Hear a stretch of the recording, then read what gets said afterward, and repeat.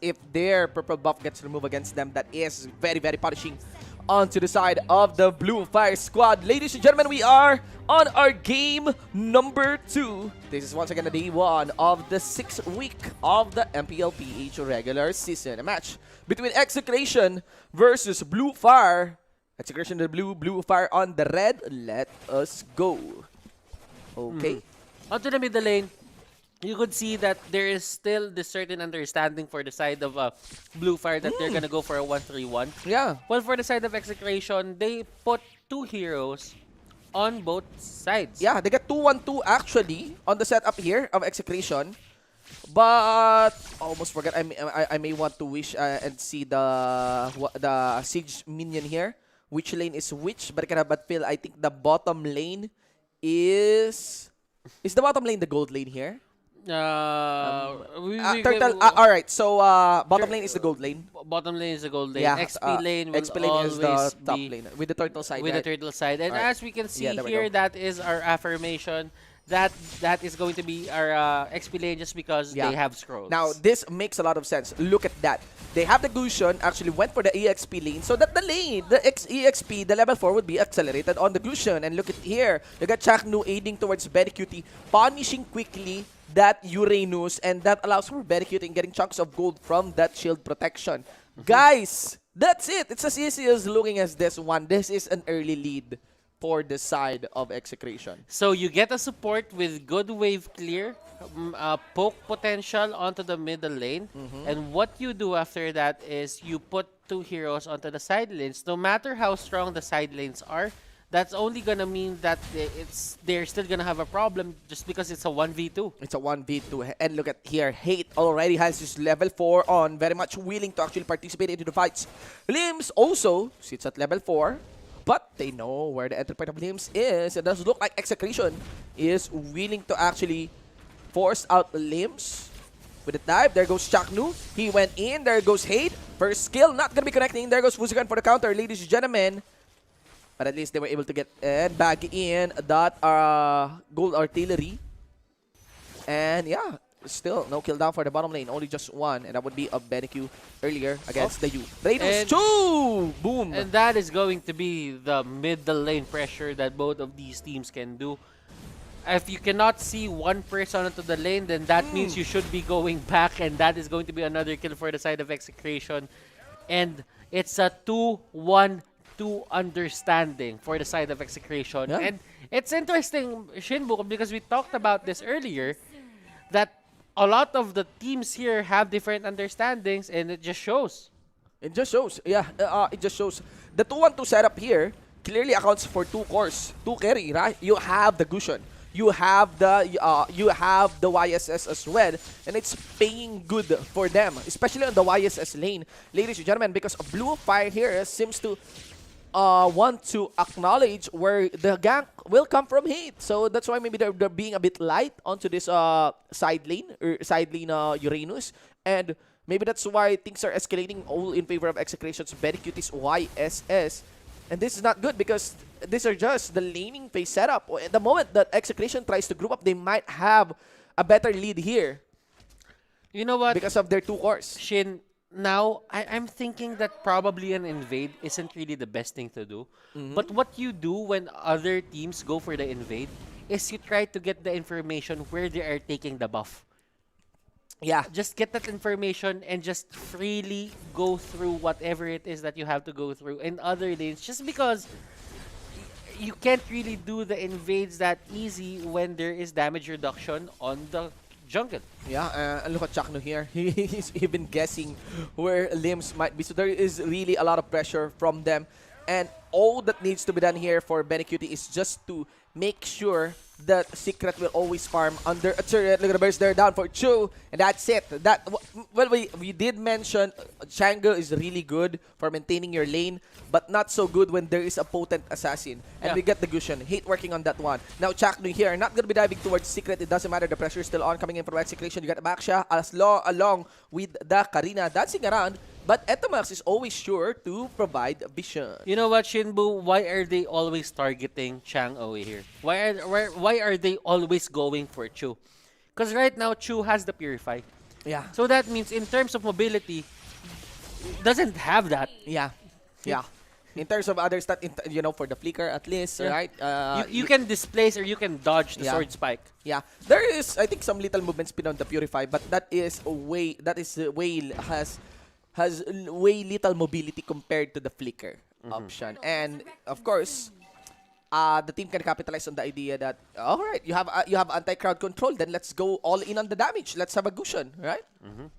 And they're keeping it simple, keeping it basic. Execration here, not really showing us that much, but Blue Fire, they are getting forced out. Sword Spike won't connect. That could have probably been a kill if the Sword Spike connected. Yeah. But the problem here, Butters, is not really of just the gank, of just the pressure, but of the lead that Benny QT has. I'm very confident he has a very big gold lead here compared even to Unseen. Remember that Unseen has been dancing around on the EXP lane, so if you're looking into the levels, yeah, that's pretty intuitive. But in terms of gold here, you got 4.3 compared to the highest that is 3.1 of Blue Fire. So that's a lot of lead. A very early Blade of Despair here for Benny QT. Even with the physical, even with the attack speed dagger already onto him, second attack speed dagger. So look at that. He is really willing to duel. He's really willing to dish out those quick attacks just so he can get easy access on that executes of the Blade of Despair. Yeah. I'm actually thinking that the Deadly Blade is a good alternative, as we've said. Yeah. But then again, it really sets you back. It sets you back. It yeah. sets you back. Yeah. But look at this for the side of Execration. Sagitno didn't really even think about going for Yeah. that Deadly Blade. He went straight, straight. for the Legion Sword. Yeah. And he gets a kill. Even against Uranus, actually, look at that. Even against Uranus, I think the lead is too much, especially the one established by Chaknu's dive, that you don't really need a Deadly Blade anymore. You just went for that raw, high damage. Just burst the Uranus down. I mean, if you get the execute mechanic, then why not, right? Even if you don't delay the shield, even if you don't reduce the shield, if you're just getting the execute down, then maybe that should be enough. Really, the idea here is just to accelerate your core. And that has been done here successfully by Execration. The acceleration goes at a lead of 7,000 in terms of gold and 10 in terms of kills. You know what? I'm actually seeing Execration here being very creative, not only in setting themselves up in the lane, but look at their emblems here. Even Benny QT using a marksman emblem. To be honest, we haven't seen a marksman emblem ever since the start of MPL Season 5. Or maybe even the open the open qualifiers That or the is close Electroflash, qualifiers. right? Is that Electroflash? Not The marksman of Benny QT? Or I think it's the Electroflash marksman emblem here. Well, nonetheless, that is the Electroflash. Yeah, so we got here the mounting chart. It's been a long time since we see the marksman we emblem actually. we haven't we see really always seen this. killing spree. We right? always see killing spree. Yeah. Sometimes there's a bounty hunter. Yeah. Sometimes always there's a high end guy, especially when there's a hero like Cho or the others. The off lane is there, but you don't really see the marksman anymore. The marksman emblem, as other coaches have said, it's really outdated. Yeah, but I kind of like the Electroflash actually for the early game. You know why? Why? First, you are targeting Uranus, the immobile, quite, you know, if you get Electroflash, you can actually get the Uranus to that. Yeah, Uranus might be durable, but the biggest impact of killing spree kicks in on the late game when you kill. So right now, there's an early emphasis. There is an emphasis for the patch that you would want to focus on the early game because there's just a lot of gold. There's just a lot of experience in the early game. So maybe that's why Electroflash is because you get a lot of hit. Yeah. If you land those hits, especially on the shield, I think that's very rewarding. I'm sorry, I would admit that to recall the Electroflash provides provides movement speed or is there attack speed? It provides 40% movement speed, and it restores and So HP is restored by 30% of the hero's physical So attack. there you go. So what happens there is that you have a nice laning. You have a very nice laning emblem there, right? Yeah. Because you have HP restoration, right? Yeah, I do agree. Like, clearly just seeing how you put the Electroflash into play. Yeah. And plus the attack speed of the marksman emblem works really Yeah. well. You know, if you want to target those Yeah. shield. And the thing about it is, Shinbu, usually for other teams, like, you would really just try to go for a killing spree. But then again, if the Yi Sun Shin is put in a very bad spot early on, if he gets that flash proc going onto his side, he can regen his HP. And that could mean that 40% increase in terms of movement speed could mean life and death for the Yi Sun Shin. Because as we've said, Yi Sun Shin is one of those heroes that don't really go straight for that flicker. He wants to go for the retribution, probably not the purify because that's a built-in mechanic and one of his skills. But you know, flicker is the second best spell for Yi Sun Shin. But right now with that electro flash, you have the extra movement speed, you have the extra regeneration. I think it's a way to, you know, just say that my Yi Sun Shin can actually live in dire situations. Yes, and yeah, I mean, right now what is being shown here is a very, very dominating performance there by Execration, and I love it. Not dominating performance really. It's about the 2-core setup, you know, because even though I'm not so sure if this goes really solid with the meta. Again, I firmly believe on this. I think it's really too early to say something final with the project next patch. I think it's always best to really just have a nice amount of sample games, number of games, especially in competitive, to see what works. And but I love the experiment. I love the change of, you know, you don't see this, you know, Gushon YSS on the same comp. We would easily dismiss it as a losing comp. Yeah. We would if it before the project next patch, you could easily dismiss it. But this is next. As a losing comp. But this is next. Welcome to the next, boys. Welcome to Project Next. Welcome to That is Project true. Shin, some of these, I do agree, some of these would be a very bad draft if it was in the previous meta. Yeah. It wouldn't really make sense. It wouldn't stick together just because the components are jumbled up just by damage, getting a good lane, and just if you think about it, you wouldn't really give the purple buff to Gushon, so that means Gushon will be gimped or limited in terms of what he can do. Yeah. But with this, they can actually think about it. Who gets the priority on the purple buff first? They can actually say, okay, Hate, you go get the purple buff first, then get the orange buff, then you just go wild. Actually, Butters, before I believe on the 1-3-1 setup, which I witnessed on one of our partner tournaments, which is the Realme Mobile Legends Cup, of course, by one of our official sponsors. I did so the 1-3-1 setup there by Team Payaman, and it was further confirmed by Honda Beast Gaming, you know, also one of the best minds here for Mobile Legends in their country. Now, the thing here is that before that, I actually believe that you could actually set up 2 cores. But the first thing I thought when I saw the Project Next patch is you can actually set up 2 cores in the form of having a jungle core and having a gold lane core. And I think this is what Execration is doing right now. I mean, this is clearly what what you can see on Execration side right now. That Gushon is a core. That Benny Cutie there, the YSS is totally a core. Maybe it's time for us, Zen Esports, for me and Manjin to finally settle and agree that we can be both you guys can both be cores. But you know what? It is a possibility. We might have a nice strategy with that kind of approach. Yes. Huh? And if you guys don't know Sen Esports is our caster team. Us 5 shoutcasters in the MPL plus Rob Luna, one of the shoutcasters here. The sixth man shoutcaster is actually part of the team. So clearly, it's the overqualified team. It's the overqualified team just because we can't really join because before we can join, we were already disqualified. Yes. And I get the fact that there is a huge emphasis into highlighting or knowing how to utilize those lanes. And I love the things that come out from these teams. Some think of it as a 1-3-1. Execration, think of it as a 2-1-2. And they're both not wrong.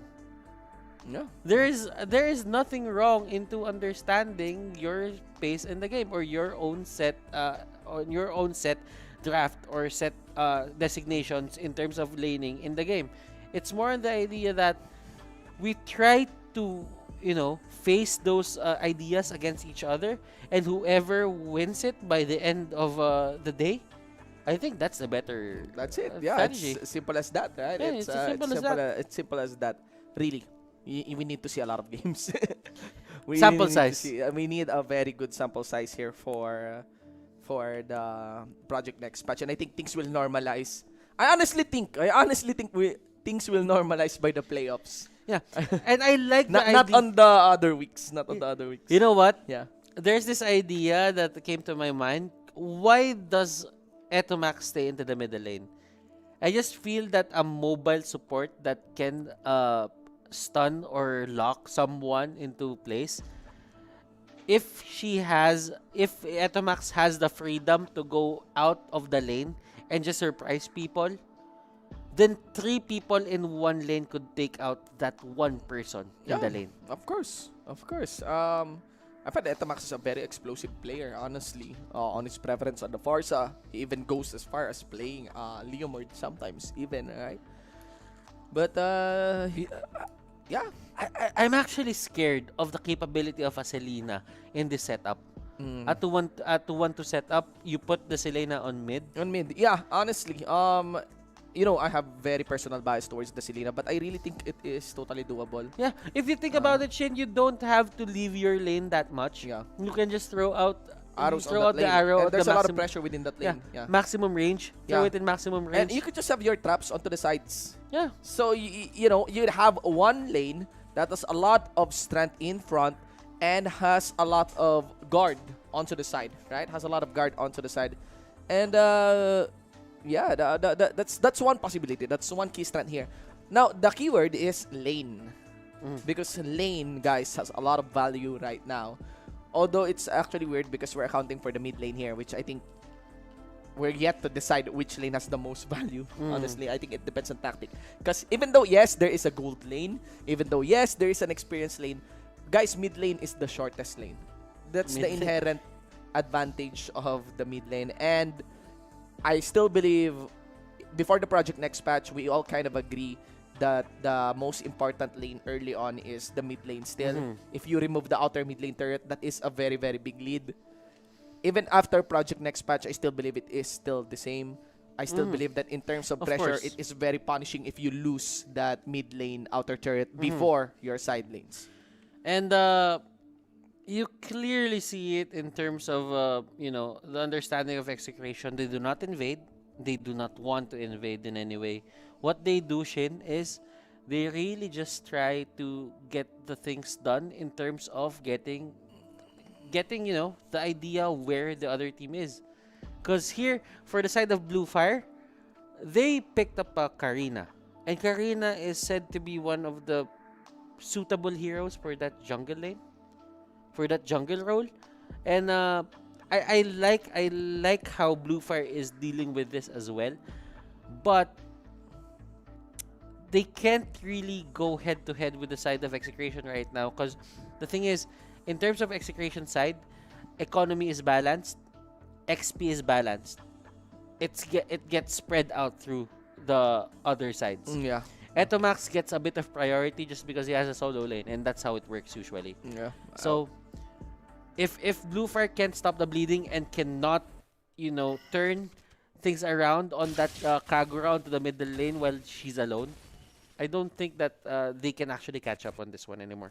Well, let us see, ladies and gentlemen. We got here our return for the game. 8-minute mark. 12-0 on top of that 9,000 gold lead for the side of Execration. We're still yet to see the Lord as the 60-minute timer, 60-second timer is still there. Rather, they are just setting up, kill brushes here. And maybe I think I can actually predict how the dive will be done here, how the fights will happen here. And yeah, that is of Chaknu jumping, obviously. And Chaknu's just saying that this is my house. You Yeah. cannot extend. You cannot go here. Go back to your base. You are not allowed to go out. You are grounded. Yeah, that's it. You just follow up with a mounting shocker after the dive of Chaknu here. It's And really safe. yeah, very, very safe. Very methodical. And again, you just need to have the waves in. There is enough wave clear onto the side of Blue Fire. But still, there's the dive of Chaknu. I can see it. There we go. There we go. There's the dive. There is the ultimate. There is the follow-up. There is going to be very cutie getting the kill onto the back shot. And also Sagitnu following through. 2-4-0. Maybe take the 3 as they get the kill onto Limbs. On the Karina. And that's it, ladies and gentlemen. On the mid, it is going to be Gunna. And yeah, no amount of wake clear will stop Execration on finishing this one. There's another jump onto Chaknu, ladies and gentlemen. Look at Edomax here. He wants to finish the game. Focusing actually onto the main base for that part. But yeah, just like that. One setup on Chaknu. Few seconds away, we got 2 inhibitors lost. And this is a good performance coming out from Execration. They're pushing their limits. They know that at this point in the game, Blue Fire can't really do anything. Because in terms of damage output, they focused on Magic a bit. Not a bit, but they really did focus on Magic. So for the tanks here, as long as they itemize well, or the supports they itemize well, they could not go down. They don't have a chance of going down here. Indeed. And I'm not sure. Did I just saw Chu use his ultimate without his second? But maybe just my eyes. Let us see here. Chaknu gonna go for the dive here. A catch onto Unseen. Ultimate, of course. Unseen is actually one side laner here. It would be very rewarding to target him. You know, you got no Zaz. That's one big reduction onto your wave clear. That's gonna be it. It's just a countdown timer before this game closes in with the Lord already pushing in mid. And no minion wave up top. Doesn't matter. There is gonna be Chaknu. He will be casting it. I really doubt he will cancel this. He will go for the dive, and that's gonna be on towards Chu. And they go for the base. Ladies and gentlemen, this game number 1 will go to the side of Execration. You know what? Execration here just showing us how it's done. Blue Fire. They had something in mind. They really wanted to make it work, but sadly, it didn't really work into their favor. Execration showing us a 2-1-2. Is this their only understanding? We'll find out. Well, all in day's work for the side here of Execration. Ladies and gentlemen, it is within our expectations. What is really good to highlight here, and I do hope Manjin would delve on this topic, is of the 2 cores. I love the fact that we have a Gusion. I love the fact that we have the YSS as well. This is a nice possibility. We're not saying this is an effective tactic that would work. It did work for now. But again, sample size. We need more sample size. But just for this moment, it is so fun to watch. It is so good to look at. We got 2 cores. We got 2 cores. Quite a bit far from the 1-3-1 that we're used to. And seeing heroes like Gusion come back. Yeah. Karina even just debuting. For the longest time, we haven't seen a Karina even since season 1. Since season 1. Yeah. But right now, there is a Karina pick that is said to be a good jungle role or jungle hero right now. So there are a lot of things to look forward to, and it's all about execution from these teams. Yeah. And yeah, let's head into our solo analyst segment. Manjin. Parang ang bilis ng game na yun, ha? Parang mas matagal pa yung naging pause actually of the game because that was so dominant for Execration. Tama ang sinabi dito ng ating mga shoutcasters, lane dominance ang ginamit ng Team Execration dito to win. All I wanna say is that, man, Electro Flash is back para dito kay Benny Cutie, and actually tama ang sinabi ni Wolf. Interesting pick though on the Zask para dito kay Unseen, no? I think ang gusto sana nilang gawin dito was to really clear the waves, really actually push the waves, get the towers, but interesting opening here for the side of Execration. Rose Gold Meteor to counter the magic damage from the Chang'o and from everyone else. And then again, lane superiority. Kung narinig niyo yung word na yun, superiority, big words yun. No?